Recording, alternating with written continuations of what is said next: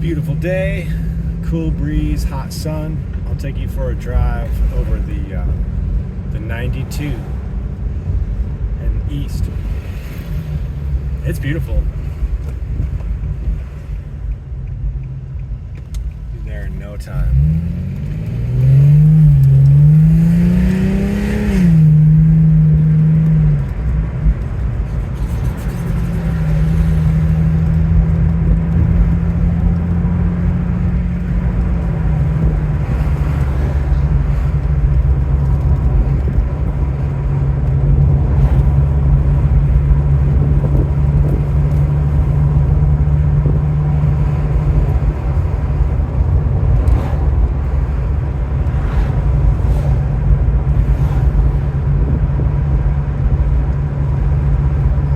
So we're halfway between the 84 and the 92.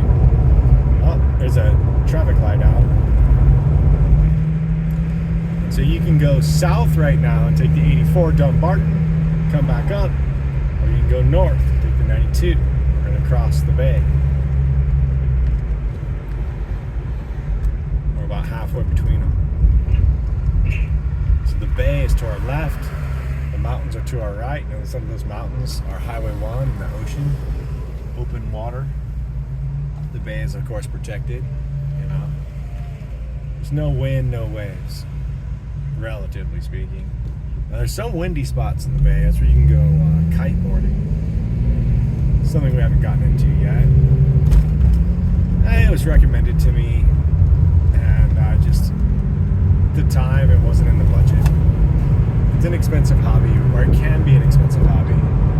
I don't need any more expensive hobbies, dude. My hobbies have to put out. Like, my hobby is fix the golf cart. Sketch.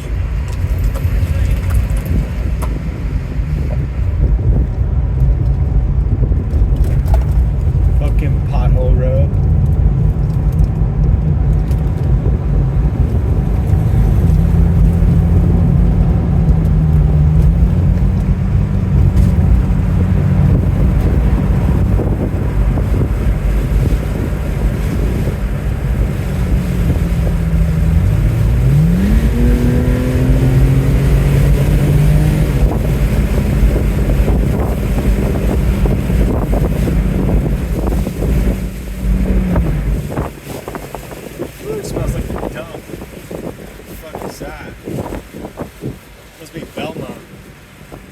Ever heard of Belmont in the Bay Area?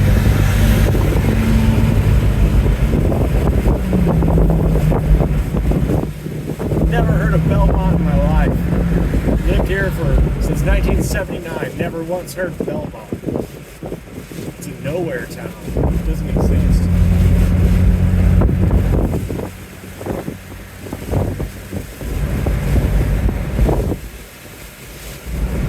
These guys are oftentimes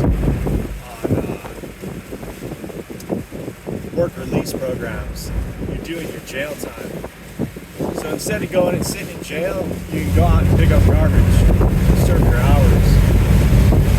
You get assigned like 250 hours of community service or shit like that. I think it's actually a solid punishment. Jail is insane. Community service is sane.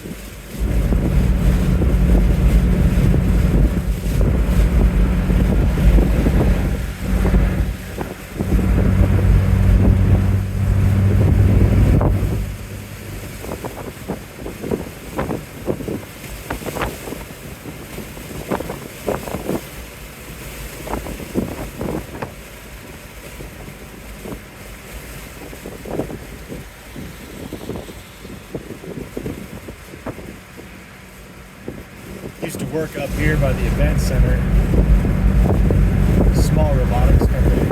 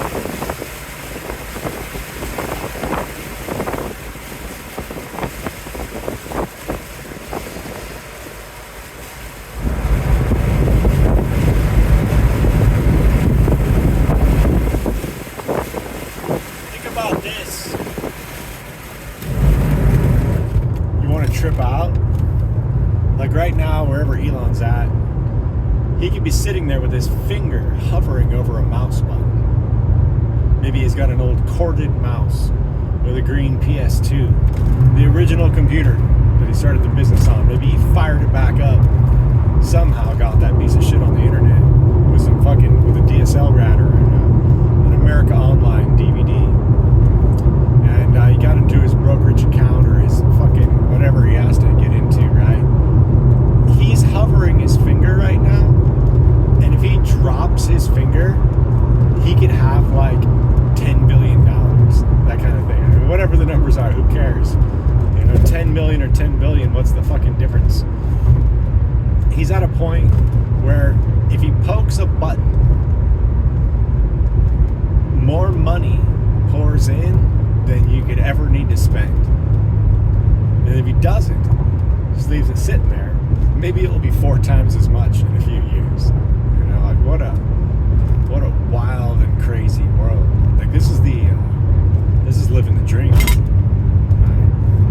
You can make it if you're smart and you work hard and you're lucky, dude. It's like winning the lottery. I've edged up on it. I've seen the freaking next step. Like I can tell you personally that if I wanted it, shit, dude, I'd go after it too. It's not really for me, dude. I'm not talking about being rich. I'm talking about like you got to take this step to like VP level, and you have to give everything and 100%, 200%, and then you gotta stick it out, dude, and go through you gotta fucking suffer so much stress and make so many good decisions and just always have your fucking A game, dude. And then you can live the American dream. You can have 10 or 20 million in the bank account. And then you make your choice. You stay in the game, or you want to take off and go live someplace like a king. I mean, this is within reach for many people I know. Like, I got friends who got their fuck you money, and they could literally pack up and head someplace else where the cost of living is lower, buy a mansion on grounds, and with just like dividends pay a whole grounds crew to keep it up, and 7 beautiful ladies to just lay around the pool and smile at them, and they can just drink banana cocktails all day long. Now, here's the catch. Everybody I know who's got their fuck you money, they're not wired for that. They're wired for the chase, not the spend. So usually, everyone I've ever known who actually earned that much money, they don't have any interest in spending it. That's the fucking irony. That's how I know all things are equal. I've been a guy who's so fucking poor, I couldn't afford a 99-cent Jumbo Yak at Jack in the Box. Digging underneath my seat for fucking 4 more pennies, dude, just to have a Jumbo Jack, dude. Just so fucking hungry, right? And I've had like a wad of cash. I've had like sitting here in this car, $10,000 cash in my pocket, deciding what I'm gonna do. And it's all the same. It's all the fucking same. You get $1 million, you got $100,000, you get $10,000, you got $1,000, you got $100, you got $10, you got $1. It's all the same. Now there's some minimums that make it nice. Like, I went and put $120 of gas in my car today at $6.70 a gallon. It didn't even look at the final price. All right, that's nice to be able to do that. It's not necessary though. You can run an electric car and live out in the fucking cuts right over here under these shitty ass hills. Set up a big ground mount solar array, charge your car for free, dude. Do some off-grid living. But my point is that the people who become insanely rich, they don't even really care. It just doesn't have that big of an impact on them. Maybe they drive a nicer car, but what I've found is the nicer shit you have, you see the flaws in it. I've fucking ridden in plenty of $150,000 cars. You just start to see the defects, the one little thread that's picked, the one little smudge from the kids, You start to hear that one little rattle, that one little squeak. I've spent plenty of time in beautiful houses, and you start to see the imperfections, and it's all relative, right? So the goal is satisfaction. Well, one goal is satisfaction. How do you achieve satisfaction? We all achieve it differently. For me, it's just accomplishing my long-term goals lately, like the last 5 or 10 years. Like, set out on a project and 5 years later finish it. And I'm going to take you with me on that. In fact, it starts right now. Yesterday, a cameraman went up and checked, and the project is intact. All the work we put into it is intact. And so we're going to pick up where we left off on the most fucked project. In fact, I'm going to put up some of the old videos. We're going to switch over to all the old boat videos.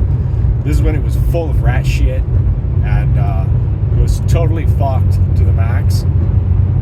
The electric vortex rat shit blaster, like back then. Oh yeah, dude. Like, the bilge had so much rat shit in it that I had to blow it with a leaf blower on one side while mulch vacuuming it out the other side, and it was a full bag, dude. I think I still have fucking whatever goddamn rat-borne virus disease you can get. I got them all, dude. Hard one. People look at something like, oh yeah, that just is what it is. It's like, oh yeah, where'd it come from? what fucking struggles did it have on the way here, dude? What'd you have to do to get it there? So I see, out on the water, I see guys with crafts that are so much nicer than mine, dude. So much nicer. But they're also into it for $60,000 or $80,000, and they're also fucking worried about it. And they also, it's not their own work, and they gotta pay someone else to fix it when it breaks, and they gotta fucking stow it. And it's just it's this big. They gotta have a big truck just to pull it. And it's just this whole to do. And what I've got is a fucked up 1992 190 SE with a 5.8 liter V8 and a 4-barrel Holley. And it's inefficient as hell. And it's not particularly magical. But that's the one we fixed. That's the one that hauls ass. It was doing 42 miles per hour with the muffs on still in surf and open water out in the ocean, dude. Just wait till we get that thing on glass. Lighten it up a little bit, dude. We got some weight to shave. I think I can shave 100 pounds out of that boat.